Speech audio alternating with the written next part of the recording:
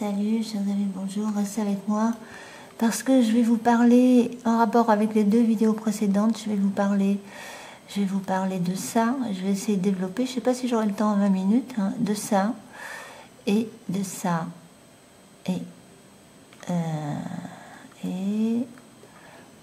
de ça. Eh oui, et je suis bien d'accord avec vous. Je suis bien d'accord avec les personnes qui m'ont mis des commentaires. Là, bien sûr que quand on est... vous savez, les deux dernières vidéos s'adressent à une certaine catégorie de personnes. Tout le monde n'est pas concerné, évidemment, par un exorciste pour rééquilibrer les énergies. Hein. Évidemment, vous pouvez rééquilibrer les énergies de plein de manières différentes, ne serait-ce que d'aller dans la nature ou de regarder des vidéos sur la nature ou d'y aller carrément. Vous baladez, et oui, rien de tel. ou alors aussi visionner ce genre de vidéos, c'est très sympathique, ça j'adore, les kaléidoscopes, etc. Ce genre de choses. Vous pouvez aussi faire du phosphénisme, c'est très intéressant, vous connaissez, je suppose, le phosphénisme, c'est quand... Vous regardez d'abord une lampe et après vous fermez les yeux dans le noir et vous pouvez donc voir derrière la rétine faire apparaître toutes sortes de couleurs. Ça me plaît bien, j'arrive à faire apparaître des jolies couleurs. Et évidemment, vous pouvez faire plein de choses pour guérir, si vous n'êtes pas très atteint par les larmes, parce que ça s'adresse... vous pouvez aussi faire du quiconque, les arts martiaux, etc., pour capter les énergies cosmiques, etc., comme font les taoïstes. Moi j'aime bien les arts martiaux, franchement, je trouve que tous les hommes, vous qui m'écoutez, jeunes et moins jeunes, si vous avez encore la forme, intéressez-vous aux arts martiaux, ne serait-ce que déjà quand on a besoin de se défendre, pour certains arts martiaux, et rééquilibrer les énergies, c'est quand même très très intéressant. Je suis même étonnée qu'en France, certains ne connaissent pas les arts martiaux, ceux qui sont supposés, vous savez, protéger les Français, devraient s'intéresser peut-être aussi aux arts martiaux. Allez, ne nous égarons pas, revenons à nos moutons. Alors, oui, donc... non, c'est vrai que... Moi, je pense que ça... ce genre de vidéo est pour se libérer, par exemple, de se libérer des larves énergétiques de gens qui vampirisent votre énergie, aussi des personnes qui sont très négatives, et aussi des personnes qui sont dans certains milieux où ils sont obligés d'être en contact, c'est pas de leur faute, mais ils travaillent dans certains milieux, par exemple hospitalier, etc., dans le corps médical. Là, vous ramassez beaucoup d'énergie négative parce qu'ils sont en contact avec la souffrance, la mort, la maladie, etc. Donc il y a forcément des peurs, des angoisses, plein d'émotions négatives, voire quelquefois des entités désincarnées dans les hôpitaux. Il y a des entités désincarnées qui se baladent, oui, bien sûr, ça faut le savoir. Et donc, et aussi ceux qui sont dans la les thanatonautes, ceux qui s'occupent des morts, préparer les morts, les pompes funèbres, les enterrements, etc. C'est pareil, ils peuvent avoir des entités selon leur niveau vibratoire, parce que attention, tout le monde n'attire pas, même s'ils travaillent dans ces milieux. Et si intérieurement s'ils ont une belle aura et qu'ils sont dans le positif et dans les émotions positives et qu'ils aiment leur métier, qu'ils font leur métier avec amour, ils ne vont pas forcément attirer les entités du bas astral et les entités négatives. Et non, et non, parce que sinon vous pensez bien. Non, les entités des mondes infernaux et même les entités exogènes, extraterrestres, dracos, réticulés, etc., gris de la zone 51, ne sont pas forcément attirés par les humains, par tous les humains. Ils sont attirés que par les humains qui vivent sur des basses fréquences. Les basses fréquences, certains humains probablement, qui résonnent avec eux, parce que ces gris reptiliens, et encore qui vivent peut-être pas tous non plus sur la même fréquence, ces reptiliens, il y en a peut-être qui ont un peu de compassion quand même, et d'autres qui en ont plus du tout, un peu comme sur Terre. Donc ils vont s'intéresser, ça, ce n'est que ce que je pense, évidemment. De toute façon, tout ce que je dis, ce n'est que ce que je pense, hein, voilà. On n'est pas obligé d'être d'accord, encore une fois. Mais moi, je pense que si certains pour en revenir à ceux qui croient à la matrice reptilienne, hein, qui sont très angoissés à cause de ces reptiliens gris qui, soi-disant, parasiteraient leurs esprits avec des appareils électrotechniques, techniques ARP, etc. Je ne vais pas me répéter. Eh bien, ce que je crois avoir compris, c'est que ceux qui sont embêtés avec ça, c'est ceux qui ont été probablement implantés. Mais pourquoi ils ont été implantés? Parce qu'ils ont fait un pacte aux États-Unis et le gouvernement de l'ombre, ils ont fait un pacte avec le gouvernement, hein, là-bas, ces entités. Ok. Et donc, comme dans le pacte, il y avait un échange entre le savoir scientifique, les connaissances scientifiques et autres, aéronautique et autres connaissances en contrepartie de cobayes humains. Alors ces cobayes humains ont été abductés, donc enlevés par ces extraterrestres, et certains du moins, et forcément ils ont été implantés. On leur a collé une puce pour mieux les contrôler, les surveiller, les observer et les tester psychologiquement et physiologiquement. Ça me paraît assez évident. Mais ça ne veut pas dire qu'ils vont faire ça avec tous les humains et qu'ils tentent de le faire avec tous les humains. Non. S'il faut, j'ai bien dit s'il faut, ils ont pris que des humains qui ne sont pas très très intéressants. qui gravitent déjà et qui, voilà, et qui ont touché aussi aux sciences occultes, etc. Et qui peut-être aussi ont touché, qui sait, hein, à tout ce que j'ai développé, tout ce dont je parle dans la vidéo, dans l'avant-dernière vidéo, c'est-à-dire ceux qui ont fait le parcours drogue dure, drogue douce, paquet de clopes par jour, alcool, débauche sexuelle, porno, etc., etc., médoc, psychotropes, somnifères, le beau petit cocktail explosif, vous savez, pour détruire l'écosystème, et ensuite toxoplasma qui monte au cerveau, en plus, j'ai bien dit en plus. Il est fort possible que c'est eux qui ont été pris pour cobayes, parce que peut-être que les reptiliens, gris Dracos, ils se sont dit, ces humains-là, c'est vraiment des déchets. Excusez-moi l'expression, oui, des déchets, parce que les gens qui se vautrent comme ça dans tout ça et qui ne s'intéressent qu'au 4B et à jouir par tous les orifices et qui n'ont pas du tout envie d'exploiter leur potentiel créatif et de devenir des êtres équilibrés, accomplis, intéressants, des petits créateurs, co-créateurs avec le grand créateur, eh bien, ces êtres-là, c'est des dégénérés, excusez-moi, voilà, ils ont dégénéré leur génome. Il faut bien comprendre ce que ça veut dire. Et là, il est question d'épigénétique, de génétique et d'épigénétique. Alors, ces êtres-là qui vibrent, et ne vous sentez pas tous concernés, je n'ai pas dit que vous étiez tous là-dedans, hein, non plus, hein, mais il y en a qui ont bien pataugé dans tout ça, et qui sont attirés par ça, et qui vibrent forcément sur des fréquences très très basses. Et quand on vibre sur des fréquences très très basses, eh bien, on se retrouve dans cette spirale descendante au niveau émotionnel, l'échelle émotionnelle. Hein. Si vous vibrez sur des fréquences basses, eh bien, voilà, ça vous générait, si vous générez donc de la jalousie, vengeance, haine, rage, colère, découragement, inquiétude, blâme, doute, déception, frustration, sentiment d'écrasement, etc., et que vous êtes toujours dans ces états-là, et que vous vous y complaisez, même parce que certains s'y complaisent carrément, en disant rien n'est de ma faute, de toute façon c'est la faute du système, de Dieu, du diable, des reptiliens. Ils se cherchent un bouc émissaire, hein, mais ils ne sont jamais responsables. Seulement, si, ils sont forcément responsables, pas tout à fait, mais un peu quand même, et je vais vous dire pourquoi. Alors, quand vous vibrez sur ces fréquences basses, eh bien, vous allez avoir votre aura qui va carrément virer qui va non seulement se rétrécir, mais qui va prendre des couleurs vilaines et vibrer aussi des fréquences basses. Et cette aura, heureusement et malheureusement, elle est censée vous protéger. Quand elle est belle et que vous vibrez sur des fréquences hautes, elle vous protège de toutes les entités, qu'elles soient organiques, inorganiques, exogènes ou pas, désincarnées ou pas, oui, elle vous protège de tout ce qui est négatif. Hein. C'est l'aura, c'est la protection. C'est la protection. Donc, ce qu'il faut faire, c'est attaquer les problèmes de fond, les causes, et travailler sur les causes pour vous fabriquer une belle aura qui vous protège.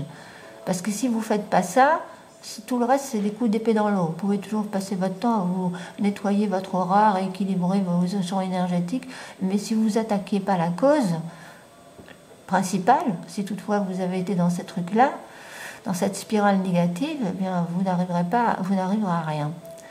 Alors, cette aura, quand vous vibrez sur des fréquences basses avec des émotions, des sentiments, etc., tout, des pensées négatives, tout négatif, eh bien, elle finit par se rétrécir, noircir, devenir grisonnâtre, et les fréquences sont très basses, elles se fissurent, et quand elles se fissurent, eh bien là, c'est la porte ouverte aux entités du bas astral qui peuvent s'incarner, posséder les corps. Donc voilà. C'est ce que j'ai compris. Si vous avez compris mieux ou autre chose, dites-moi, ça ne me gêne pas du tout, parce que je ne prétends pas tout savoir. Alors, évidemment, si le but de la vie, évidemment... Ah, mais attends, je reviens avec ça, je reviens avec ça, parce que... Ah, ça, pardon. Je commence à fatiguer. Alors forcément, quand vous vibrez sur des fréquences hautes, maintenant, à spirale ascendante, si vous décidez de faire une transformation personnelle et d'en finir avec la négativité, vous allez opter pour un nouvel état d'esprit. C'est le nouvel homme qui va surgir. Et symboliquement parlant, Jésus disait « laissez vos vieux vêtements et enfilez des nouveaux vêtements ». C'est un peu ça que ça veut dire. Vous allez donc faire de nouveaux choix, avoir une nouvelle attitude, un nouvel état d'esprit avec des sentiments positifs, des émotions positives, aller vers ce qui est beau, la joie, l'amour, la joie, l'optimisme, la paix intérieure, des croyances, qu'est-ce qui marque là? Oui, optimisme, espoir, satisfaction, croyances et attentes positives, enthousiasme, passion, les passions saines, évidemment, pas qui vous détruisent et qui nuisent à votre entourage aussi, parce qu'attention aux passions, et juste milieu aussi dans les passions, il ne faut pas que la passion devienne votre Dieu non plus. Et joie, automatisme, liberté, amour, appréciation, enfin toutes les émotions positives. Il y en a aussi une pas part d'elles. Et donc, à ce moment-là, vous allez remonter votre taux vibratoire, vibrer sur une fréquence plus haute, remonter votre taux, et puis vous allez de nouveau vous créer une belle aura qui va vous protéger de toutes les entités. Mais vous pensez bien, il y a une chose qu'il faut comprendre, évidemment, que tout ça, c'est un rapport direct avec la génétique et l'épigénétique. Et oui, parce que si vous êtes enclin à tout ça, là, mettons, là, tiens, à ça, c'est que vous avez cette erreur capitale, je dirais, parce que c'est vrai que péché, ça a une connotation un peu trop religieuse, et certains sont allergiques aux religions, j'ai vu, mais on va remplacer le mot péché par erreur capitale, mais en fait, c'est même pas les erreurs capitales. Les erreurs capitales, c'est les conséquences, sont les conséquences des 7 caractéristiques génétiques que nos ancêtres nous ont transmis. Mais là, c'est pareil, il faudrait que je nuance, ça sera sur la prochaine vidéo, parce qu'il y a à nuancer, il ne faut pas confondre, évidemment, l'orgueil avec le sentiment d'avoir un peu de fierté, un petit peu d'orgueil qui est nécessaire dans notre société aussi, si on veut réussir sur des postes, sur certains postes clés, etc. Enfin, mais je reviens, avarice, c'est pareil, il ne faut pas confondre avec l'économe, l'envie, il ne faut pas confondre avec le désir d'avoir envie de quelque chose de sympa et de faire ce qu'il faut pour y arriver, mais il ne faut pas s'attacher au bien. Vous savez, il y a plein de nuances à apporter, quoi. En fait, c'est l'attachement à toutes ces choses qui peut effectivement vous coincer dans les mondes inférieurs, vous attachez à la sphère terrestre. C'est pareil pour la colère, vous avez des colères saines et des colères justifiées et qui passent très vite si on s'y attache pas, etc. Et après on se réconcilie, on fait la paix, on fait Ho'oponopono. Et puis vous avez la colère entretenue qui génère rancune, haine, amertume, vengeance, etc. Et c'est cette colère-là. Alors là, c'est totalement négatif. Vous voyez, il y a beaucoup de choses à dire. Et pareil pour la luxure. Luxure, c'est ce dont j'ai parlé sur l'avant-dernière vidéo. Ceux qui plongent dans toute cette débauche, plus toutes les drogues, etc. Ça, c'est très très négatif, ce qui ne veut pas dire que vous ne pouvez pas avoir une vie sexuelle épanouie, équilibrée, et de temps en temps faire la fête raisonnablement, même avec un petit verre de Porto, un demi-verre, un petit apéro, voilà. Et idem pour la paresse. Et la paresse, si vous êtes paresseux, fainéant, tir au flanc et que vous voulez rien foutre, etc., et ça va pas le faire, vous allez vous nuire à vous, aux autres, à la société, etc. Vous allez devenir un parasite de la société. Maintenant, il ne faut pas confondre avec celui qui se dit aujourd'hui je veux flemmarder, j'ai pas, parce que je suis fatigué, j'ai assez travaillé, qui se prend des vacances. Et vous voyez, il y a beaucoup de choses à dire. Pareil pour la gourmandise, il ne faut pas confondre gourmandise et être gourmet, apprécier les bons petits plats, etc. Mais il ne faut pas non plus que les bons petits plats, être gourmet, ça devient un dieu pour vous, parce que sinon vous pensez, vous vivez avec ça dans la tête, vous pensez bouffe, vous vous couchez, vous pensez à la bouffe, le matin vous vous réveillez, vous pensez à la bouffe, il n'y a plus que la bouffe qui compte, et donc la bouffe devient un dieu. Donc ça ne va pas non plus. Le mec extrêmement gourmand, lui, il va s'empiffrer de plats de pâtes, de spaghettis, etc., à bolognaise, ou autre sucrerie, cochonnerie, et il va forcément devenir gras, grassouillé et obèse, et il va finir par peser 100, 200 kilos comme certaines aux États-Unis qui sont fiers d'être grosses. En plus, j'ai vu certaines vidéos, c'est ahurissant, il y a des gens qui les nourrissent et ils sont contents, ils sont fiers d'avoir une obèse qui, bien évidemment, est en train de se détruire la santé et qui, en plus, devient une charge pour la société, pour la sécurité sociale, etc. Enfin, vous voyez un peu l'aberration de certaines personnes qui se complaisent dans le vice. Ah oui, j'ai vu quelques vidéos, c'est ahurissant, quoi. Et il y a même des gens qui laissent des commentaires en disant « Ah oui, mais peut-être que c'est hormonal, c'est génétique, c'est pas de sa faute, etc. » Amenez-moi-le à la maison, vous allez voir comment je vais le faire maigrir, moi, celui qui pèse 200 kilos et qu'on le nourrit à coups de glace, etc. Et enfin, vous voyez des aberrations sur Internet, c'est fou. Je vous dis, Internet, il y a le pire et le meilleur. C'est donc qu'il faut être vraiment très très vigilant. Alors, donc tout ça, forcément, c'est une question de dose et d'addiction, etc., etc. Mais c'est un rapport donc avec la génétique, parce que c'est forcément des gènes qu'on nous a... Parce que tout le monde, on a tous encore un petit peu d'orgueil, ou un petit peu de ceci, ou un peu de cela, même ceux qui sont dans l'éveil de la conscience. Et forcément, mais c'est là-dessus qu'on doit continuer à travailler, justement, et d'en prendre conscience. Et en prendre conscience, c'est déjà reconnaître. Si vous ne pouvez pas reconnaître, vous coller devant la glace en vous disant « ça c'est mes forces et ça c'est mes faiblesses, mes qualités et mes défauts », vous en sortirez pas. Vous ne pourrez pas transformer, entamer un travail sur vous-même, une transformation intérieure. C'est pas possible, parce que sinon vous êtes dans le déni. C'est un peu comme les alcooliques anonymes. La première chose qu'on vous demande, c'est de reconnaître que vous êtes alcoolique. Si vous ne voulez pas le reconnaître, vous n'allez pas pouvoir vous en débarrasser. C'est pareil pour l'orgueilleux, l'avare, le coléreux. S'il ne veut pas reconnaître qu'il l'est, il ne pourra pas s'en débarrasser. Donc c'est la première chose à faire, reconnaître. Comme diraient les chrétiens, ils disent confessez vos péchés. Mais le problème, c'est que eux, ils confessent pas leurs traits de caractère qui les ont entraînés dans le péché, dans les 7 erreurs capitales. Ils se contentent de dire j'ai fait ceci, j'ai fait cela, j'étais le gangster, j'ai fait des horreurs, j'étais en prison, et puis presque, ils en sont presque fiers. C'est vrai, c'est assez curieux, quoi. Et est-ce que, après, il faut être sincère aussi, parce que c'est bien beau de venir dire j'ai fait ceci, cela, j'ai fait les 400 coups, j'étais le gros caïd, etc., avec presque de la fierté. Même certains pondent des bouquins là-dessus, ils se font de l'argent en plus. Mais bon, s'ils arrivent à prévenir les autres, c'est déjà bien. S'ils préviennent les autres, qu'il ne faut pas tomber là-dedans. Mais c'est quand même dû à leur trait de caractère. Et donc, s'ils ne travaillent pas là-dessus, ils risquent toujours de retomber dedans. Voilà, s'ils ont un petit goût pour la luxure et tout ce dont je dénonce enfin sur la dernière vidéo, eh bien s'ils ne travaillent pas là-dessus, à chaque fois qu'ils sont tentés, parce que c'est là aussi sa tentation, hein, la tentation, c'est les croyants disent la tentation satanique, mais en gros c'est ça, on peut dire l'esprit du mal, appelez-le comme vous voulez, l'égrégore négatif qui vous influence, peu importe, toujours est-il que c'est ça, si vous ne savez pas résister à la tentation, c'est peut-être même ça ce qu'on est venu apprendre sur Terre, hein, résister à la tentation, c'est peut-être même la symbolique d'ailleurs du Jardin d'Éden. Mais c'est quand même une question génétique. Hein. Donc j'ai l'impression que là on est en train de passer au tamis, métaphysiquement parlant. Hein. Il y a une espèce de tri qui va se faire. Je pense qu'il est question de génétique. Ceux qui auront réussi à désactiver leurs mauvais gènes et à réactiver leurs bons gènes.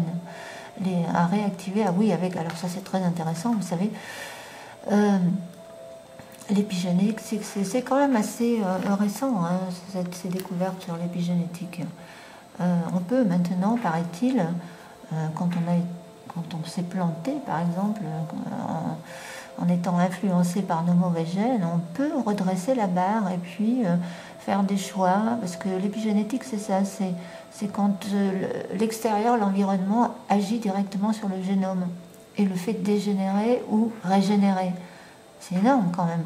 Alors si on sait que, par exemple, les émotions, toutes les émotions positives ou négatives, les croyances, tout ce que l'on mange, la malbouffe ou la bonne bouffe, et les autres, les influences des autres, et ce que pensent les autres, tout ce qui vient de l'extérieur, de l'environnement, peut avoir un impact sur notre génome en bien ou en mal. Donc forcément, hein, vous voyez bien que c'est un rapport direct. Donc si vous ne travaillez pas sur les traits de caractère et que vous vous laissez influencer par vos traits de caractère et que vous n'essayez pas de les éliminer ou les désactiver pour activer les bons gènes, parce que c'est les gènes et qui fait que c'est quand même les gènes qui fait qu'on a tel trait de caractère ou tel trait positif ou négatif. Vous êtes d'accord avec ça? Je vous apprends rien là.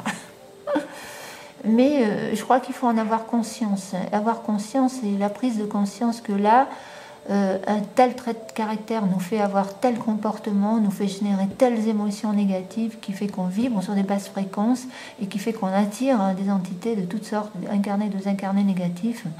Eh bien là, on commence à comprendre pas mal de choses et on commence à comprendre à quel point le travail sur soi et la transformation intérieure est importante. Parce que franchement, c'est une belle découverte quand même. Parce qu'avant, on pensait que on est génétiquement programmé comme ça, on n'y peut rien, c'est nous, voilà, c'est pas de ma faute. Ok, d'accord. Il y a une partie, c'est pas de notre faute, et encore que si c'est et ça explique. Moi, je vous dis là, j'aurais pu faire ça sur une autre vidéo, mais je le ferai sûrement sur une autre vidéo. Mais là, je le dis rapidement. Ça là, c'est un rapport direct avec l'épigénétique, de mon point de vue, hein, parce que sinon ça n'a aucun sens. Si vous prenez ça à la lettre, ça n'a aucun sens. Même si vous y mettez Dieu extraterrestre ou anthropomorphisé, peu importe. Enfin, moi, quand je vois Dieu, pour moi, c'est la source. Hein. C'est la source de toute vie. C'est l'esprit de vie, l'esprit créateur, le principe universel, le principe créateur, le principe organisateur, dirait Einstein. Pour moi, c'est la source énergétique, voilà, la lumière, la source lumière, énergie encodée, qui contient de l'information et qui donne la vie à toutes les formes de vie, quoi, qui fait que la vie existe. On pourrait presque dire Dieu c'est la vie, quoi. Voilà. Alors la vie c'est qui s'exprime, la vie qui s'exprime et qui c'est quelque chose. Moi je verrais ça plutôt comme ça. Ça serait ma définition à moi de ce que l'on peut nommer Dieu. Et là, trouvez-moi une autre interprétation. Moi, je ne vois vraiment pas, mais pour moi, là, il est vraiment question de génétique, d'épigénétique, des génétiques et d'épigénétique. Parce que sur plusieurs générations, punir, voilà, ça veut dire tout simplement que vous allez récolter les conséquences négatives de nos choix, de nos actions, de nos émotions. Et si vous transgressez les commandements, si vous êtes... voilà, si vous êtes dans le mal, quoi, si vous transgressez les lois divines, vous allez, oui, les lois cosmiques, les lois divines, les lois universelles, la loi de cause à effet. Si vous transgressez ces lois, vous allez donc avoir les conséquences de ça et vous allez récolter ce que vous avez semé. Voilà, vous allez subir les conséquences de vos propres choix, vos émotions, vos pensées négatives. Et dans l'autre sens, forcément, c'est pareil. Si vous respectez les commandements, les lois divines et les lois cosmiques, vous avez compris, hein. Non, parce que certains sont tellement allergiques aux termes religieux qui vont tout de suite essayer de comprendre ce que je dis là. Hein. Alors, voilà, c'est... Et donc, s'ils vont dans le bon sens, dans le positif, le bien, et qui mettent aussi en pratique tout ce qu'il y a de bon dans ces textes religieux, hein, pas focalisés sur les guerres des Juifs, évidemment, et les livres d'histoire, mais focalisés plutôt sur les perles qu'il y a dans les écrits de toutes les religions, d'ailleurs, et tous les principes spirituels, les évangiles, et l'enseignement de Jésus, tout ça, c'est très très positif pour rééquilibrer vos énergies et vous sortir de la spirale négative. Allez, sur ce, je vous dis, je vais vous laisser. De toute façon, j'ai plus le temps de continuer à développer, mais en gros, vous avez compris que la finalité, évidemment, la finalité de tout ça, c'est d'arriver à développer votre corps de lumière, le petit vaisseau spatio-temporel, pour accéder au monde supérieur et accéder à ce que Jésus appelait le royaume des cieux. Moi, c'est comme ça que je l'interprète, hein, le 7e monde, le monde supérieur. Et chez les taoïstes, ils appellent ça, là chez les kabbalistes, ils appellent ça la Merkaba. Chez les taoïstes, ils appellent ça le corps de lumière Spoutnik. J'ai entendu parler du Spoutnik. Enfin, c'est le corps de lumière, quoi. C'est ça, en gros. C'est ce corps de lumière, ça pourrait être très bien ça, hein, ce champ énergétique, cette lumière qui vous entoure et qui fait qui vibre sur une fréquence très très haute et forcément très rapide. Et donc, vu que ça vibre sur une fréquence haute et très rapide, vous allez passer avec ce petit vaisseau, vaisseau spatio-temporel, vous allez dépasser les mondes inférieurs à une vitesse grand V pour atteindre les mondes supérieurs, voire le 7e monde. Si c'est pas beau ça, et après vous êtes un être libéré et vous allez pouvoir faire, de mon point de vue, ce que vous voulez, c'est-à-dire aller d'un monde à l'autre, d'une dimension à l'autre, dans votre petit vaisseau spatial, spatio-temporel, voyager dans le temps, etc., dans le passé, le présent, le futur, visiter d'autres mondes, vous réincarner dans d'autres mondes si vous avez envie de faire une mission, si vous êtes en mission, ou alors profiter tout simplement de votre état d'être souverain. Voilà, merci, à bientôt pour l'écouter.